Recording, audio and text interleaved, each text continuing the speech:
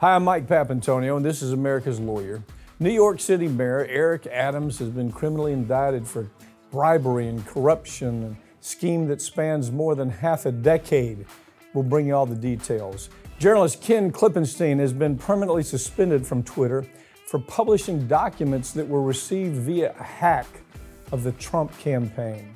And Democratic Senator Cory Booker has gone nuts. He's blocked legislation to expand protection to victims of deep fake revenge porn, just to prevent Ted Cruz from getting a victory ahead in the election. All that and more. It's coming up. Don't go anywhere. America's Lawyer starts right now.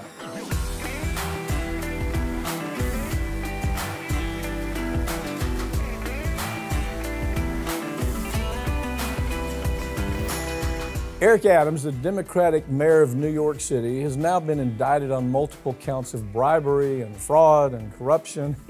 And the state of New York has been reeling from one scandal after another in recent months. I've got Ring of Fire's Farron Cousins with me to talk about that.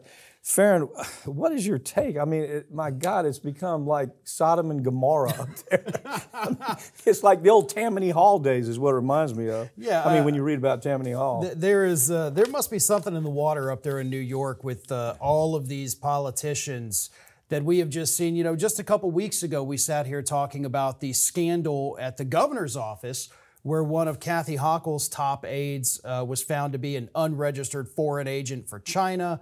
And now the big one, right? Eric Adams, indicted on multiple counts. You've got all this huge laundry list of countries that he was allegedly, according to the indictment, taking bribes from, taking trips from, over $100,000 in luxury trips all over the globe. Yeah. And in return, all he had to do was say, hey, Turkey, you want a bigger consulate? Yeah, we'll approve this multi-story mansion for you to build right here in New York.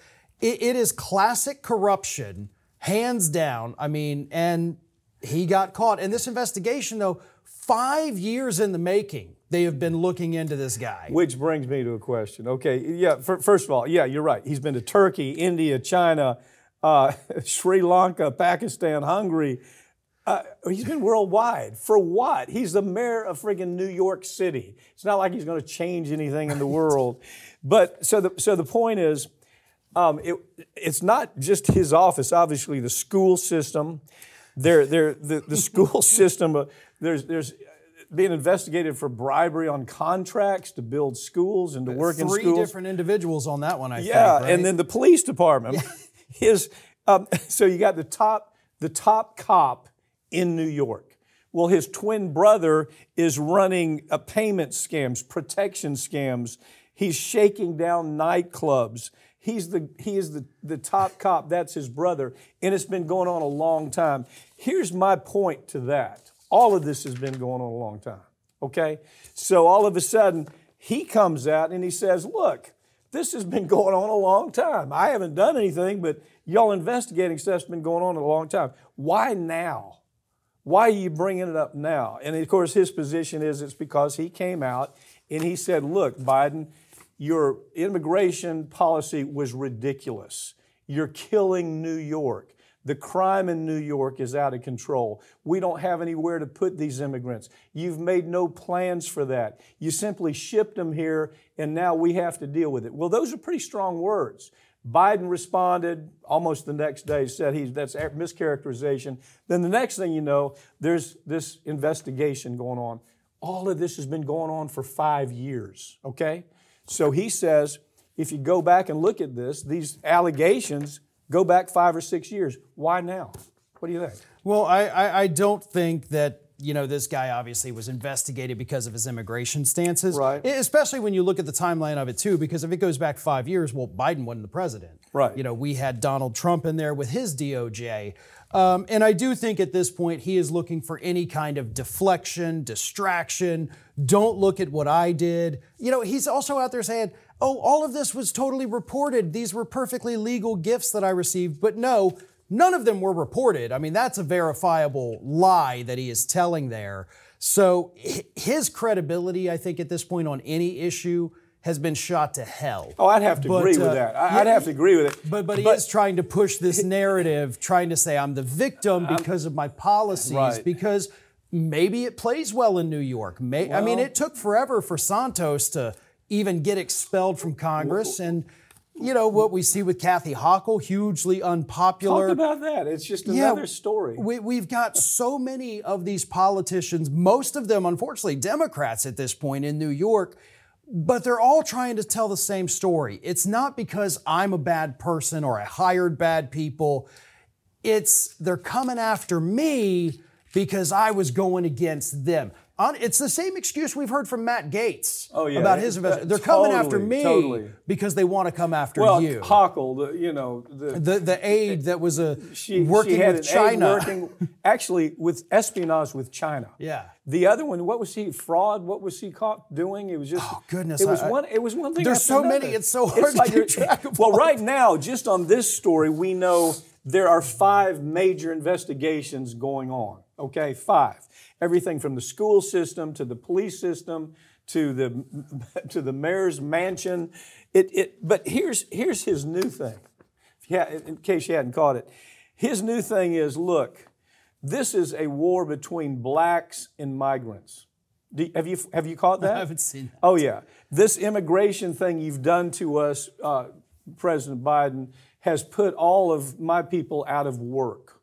They're out of work, and now immigrants are moving in to take those jobs. He's using that whole thing we talk about from time to time, and that is the Chamber of Commerce brings in all these immigrants. They work for nothing. You cut off a leg so bad, ship them back to Nicaragua. Well, his point is that's what you've done to New York.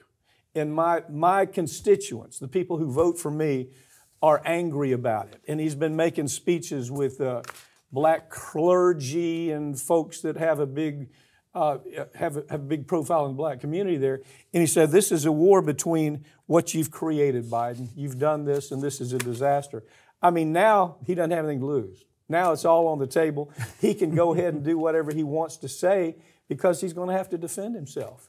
Yeah, and we're going to see, I think, what we're seeing now, more deflections. He's not going to own up to any of this. He's going to deny it till the end, and eventually it will cost him his job. He won't resign. No, he says, I'm sticking in this. I've got more work to do, and it's work on behalf of who? Are you working on behalf of Sri Lanka? Are you working on behalf of Turkey? Or are you going to work on behalf of the people of New York? Because you can say all you want about, I'm working for my people. No, we've got the indictment here. We see who you're working for. He's a hustler fraud. Yeah. Oh, that's what he is. He's a hustler fraud. And now he's using these deflections, as you put it, to say, I'm going to stay in office a little bit longer. I want people to think about this new problem that Biden has created for New York. And he's even going after the governor. She's part of the problem, too. Well, she's definitely part of some problems. I mean, that's undeniable here. Yeah. But I think in general, really, this corruption that we are seeing coming out of the state of New York is just absolutely unprecedented levels. And let's not forget, this goes back to Cuomo as well. Yeah. It's not like they were doing fine before Hochul and Adams took over. What do you do about it? How do you change? If you think of, the history of Tammany Hall, well, it was, 30 years before they could move that off the center. This seems to be the same problem there. They've got an infrastructure of corruption. That's what they have. Yeah. When it's the schools, the police department, the regulatory agencies, the mayor's house, you got something that is absolutely built out around corruption. I don't know how you change that overnight. I don't either. Investigative journalist Ken Klippenstein has been permanently banned from Twitter after publishing hacked documents from Trump campaign, and now his material is being forbidden on Google and Meta. Is this going to be what finally gets the left to care about tech censorship? Yeah, I love this story. This story to me is so instructive.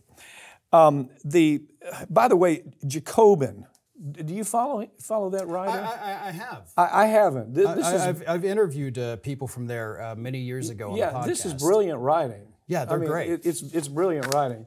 He said it's hugely liberal, left-wing kind of organization. More of a Bernie Sanders absolutely, left, yeah. Bernie Sanders left, but they're really good at what they do. Yeah. He's a good writer.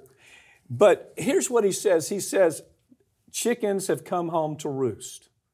Now, what he means by that is during the Hunter Biden years, there was this refusal for Meta and really everybody to say, well, we're not going to publish anything that we're seeing on the laptop issue because it's been hacked information and we think that it may not be accurate. Well, he comes and says, now this is the same thing. You had the left saying, oh my God, you can't publish that. You can't publish that because it's coming from the left. This come from the other side. And they're saying, oh, wait just a second. Meta, how dare you not disclose? Facebook, how dare you not? It's all of them. Instagram, Meta, Facebook, all of them that have made this decision to say, well, we're going to just, if it's information that we think is hacked, we're not going to put it out there. What's your take on this? I mean, I think it's a good reasoning, to tell you the truth. Yeah. Well, first of all, with the first suspension from Twitter, which is what happened initially. By the way, this is not the first time that Elon Musk has actually personally targeted Ken Klippenstein. Oh, really? I didn't know he that. had gone after him multiple different times. I believe this is not the first time he has suspended him. Because Klippenstein has been very critical of him, and he's one of the best investigative journalists alive today. No question. I totally agree. And so, Ken's not taking sides here. He's just reporting on the facts. And he took it upon himself because all these other media outlets said, oh, we're not going to touch the Trump materials. And Klippenstein said, oh, hell you are. This is journalism. This is what we do. Whether you like it or you don't like it, whether it was hacked or not hacked, we have a responsibility to do this, so I'm going to do it. Mm-hmm. So permanently suspended because Twitter says you published information containing personal information, which is not true. He redacted all of it. So it's total BS, but I appreciate his courage. Do you see his point, though? The point to Jacobin is this is the same thing that we saw with the Hunter Biden laptop. Oh, yes, absolutely. Deep State comes in and says, don't publish that. Don't do that. And then you have all of them fall in line. You know, everyone, Thread, Meta, Instagram, Facebook, all of them say, well, I'm kind of worried about the influence of the deep state here. I'm worried about FBI, CIA, NSA, weapons industry saying don't do this, so we're not going to do it. Well, what was weird to me about the Hunter Biden thing, and I agree with this part, is obviously there was a lot of naked pictures. That you can't do. Yeah, he had prostitutes, he had naked pictures, he was snorting coke.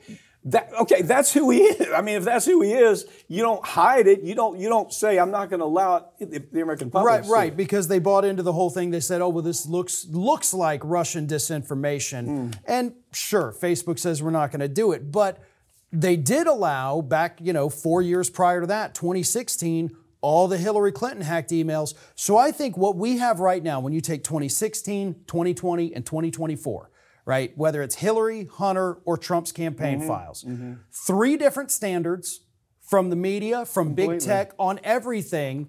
And this is part of the issue, is that nobody knows how the hell to react to any of this. So all of them overreact to all of it. And that is where we get this censorship. And you see, censorship is okay with the left when it's censorship about something that's going to hurt the left. Censorship is okay with the right when it's something that's going to hurt the right. And now this dichotomy here shows how dangerous it is. I mean, what's good for one is good for the other. In this story, I mean, hell, it's an important story. Of course, Hillary's up there saying, you see, this is what happened. Will she ever friggin' go away where she's talking about, you remember what they did to me? I just want to say, Hillary, please go home. Every time an issue like this comes up, and she's the one, if you recall, that had Podesta, who was an idiot, the Podesta brothers. How do you lose an election against Trump? How did they take Hillary as a candidate and lose the election against Trump? Well, they did it. And she says, well, it's because these these emails were leaked. Just a point of interest for everybody to understand here. After that hack came out in 2016 and it was published, her poll numbers went up. Oh, did they? Her poll numbers went up a couple of points after the hack and the publishing of that information. That is not what, put the final nail in the coffin of her campaign, as she likes to think. It actually, people felt almost sorry for her, so it helped her. But it also helped expose a lot of the corruption from the inside of the DNC, corruption that I don't think we have gotten rid of yet. No. But this story, to me, expanding beyond Twitter, going into Meta and Google as well, Klippenstein says at this point, this is such a broad censorship effort against this guy for materials that didn't have anything crazy. I mean, all it showed basically was that Trump's campaign did not do a very thorough job of vetting J.D. Vance. It was nothing. Yeah. It was a big nothing burger, okay? And Klippenstein even in the article said, look, people, you need to understand, I got this, I know this has been hacked material. But his point is, anybody with a brain, it should be their point, without this kind of material, we would have never had the Panama Papers, right? We never would have known that you had all these fat cats all over the world that were skating on taxes while everybody else was paying taxes. We wouldn't have had the Pentagon Papers, never would have seen any of that information. Time after time, we're going to do a story on WikiLeaks. You wouldn't have a vehicle like that allows us to take a look. See, their position, and this is what is incensing to me, their position is the American public is so friggin' stupid. They're just hopelessly stupid. And they don't have the intellect to understand all the parts of it. That this, hey, you need to know this is hacked from Russia, this was hacked by Iran, this is up there in front of you. You have to read it and understand that there might be something you want to think about here. But their conclusion is the American public is so helplessly stupid, they don't have the ability to do that. Only the tech geniuses do, but they don't. And that, honestly, that is probably the best point, the best takeaway from all of this. They do this because they think, and maybe to a degree they're right. Could be. I'm wondering, are they right? Have we been so dumbed down that you're always hearing about their critical thinkers are a thing of the past, right? Yeah. Maybe that's what they're talking. Maybe they're right. But these people, the tech people, are just as dumb as the general public. They are not. They know coding. They know how to make a website. That does not make them geniuses. Have never read a John Steinbeck novel. Right.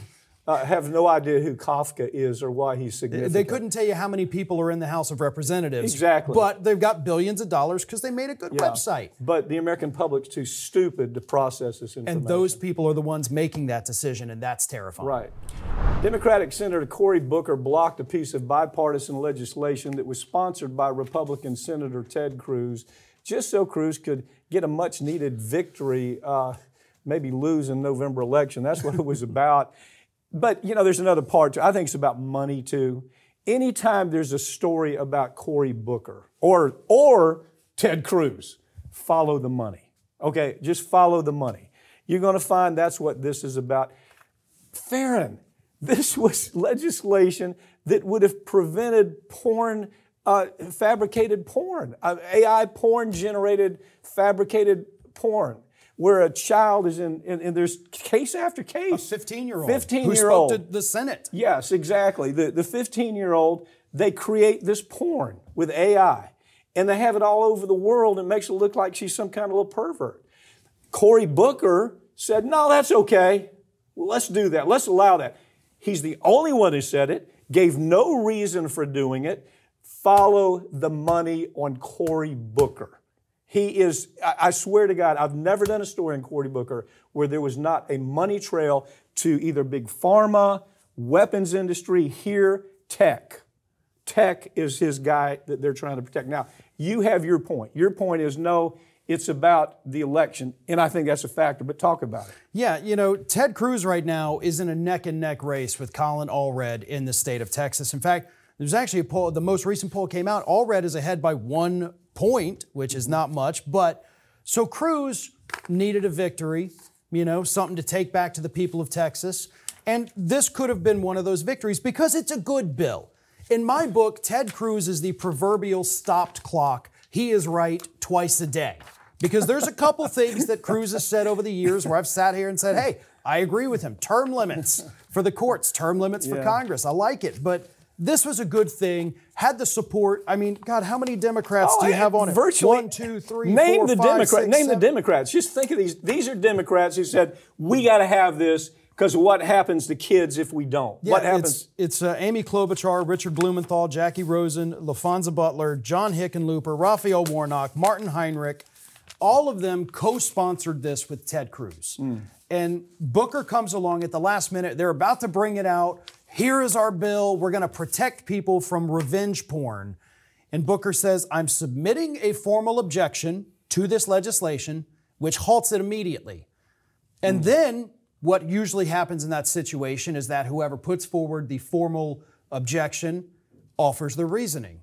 Booker says, nope, I'm not going to give you any reason at all as to why I'm blocking this. Now, let's all go on our 6-week vacation. Here's something you need to know, Mr. Booker. Here's what you need to know. This revenge porn that we're talking about, I represent human trafficking victims. I represent kids that are 14 and 16 years old. What these folks are doing is you'll have organization in Canada, for example, MindGeek. They'll call traffickers and they'll say, we want video of a 14-year-old being raped or sodomized in a hotel. That trafficker then goes out and does it, sends it to them, and they put it all over the country. He knows this. He knows that this is part of the human trafficking saga. He knows how ugly it is. But I'm telling you, I really do believe this. I think some of it has to do with that election, but I think if you follow the money on Cory Booker, every single time he votes, you're going to find money in his pocket. Every time. Senator Ron Wyden has introduced legislation that would completely overhaul the Supreme Court and make it easier for presidents of either party to get appointees to the court and create a more fair and balanced court.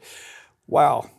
Take off on this one. Yeah, Ron Wyden, knowing, by the way, that it has no chance of passing. It's dead on arrival. I mean, but it's, for the most part, most of it is a good piece of legislation. I agree. So, and Wyden's been great, and he is often overlooked when we talk about who's good in the Senate and not. But so he puts forth this legislation. He says, okay, here's what we're going to do. We're building off our plan from a year and a half ago to have every president in their first year and third year appoint a new justice to the Supreme Court. But he takes it one step further, and there's many other things, and he says we're going to expand that court to 15 people. And that, of course, is where you're going to run into so many roadblocks, because every other part of this is actually really amazing. It is. I love the ethics requirement. I love the reporting requirement. I love the transparency requirement. Letting the justices vote to have another justice recuse themselves. Think about this, okay? During the Warren Court, I don't think you were born during the Warren Court, okay?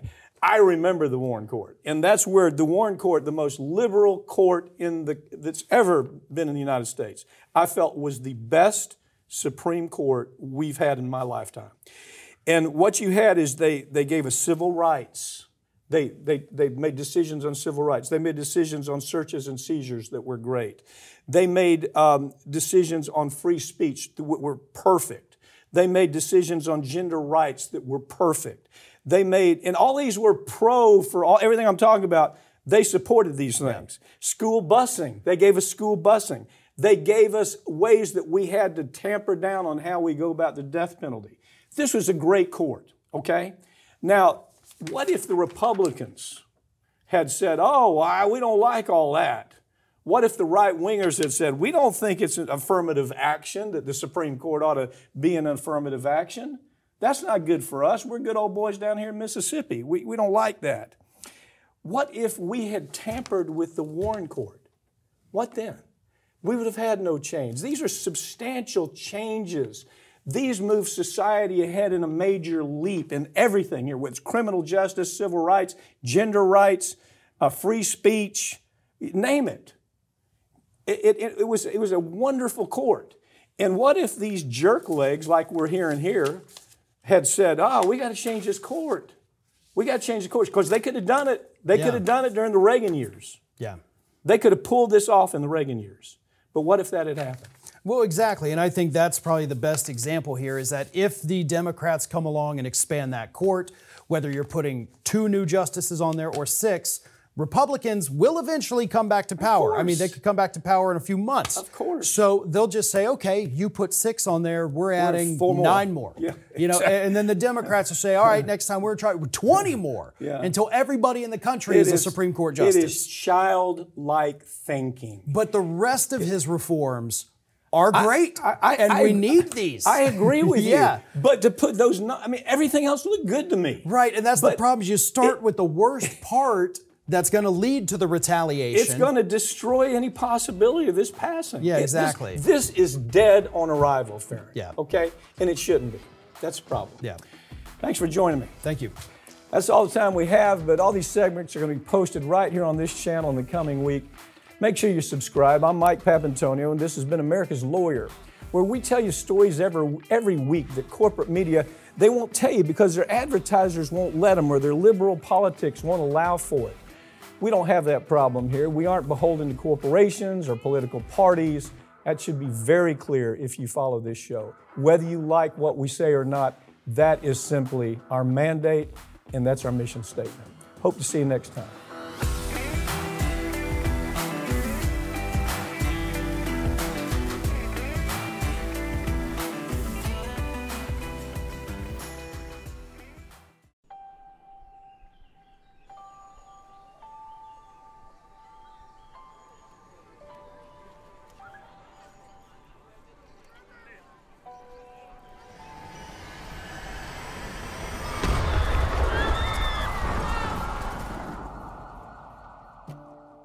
That it had helped dirty money flow through its branches around the world, including at least 800... Plaintiffs allege that the defendants provided money and medical goods to terrorist groups Hezbollah and Jaish al-Mahdi. This is a well-organized business for these individuals that carry out these attacks. Terrorism is a business, and they run it like a business. They knew about what was going on for a decade. They absolutely, no question about it, knew that HSBC was washing money. They had every reason to understand it was for terrorism and it was for drug cartels. Took no action whatsoever.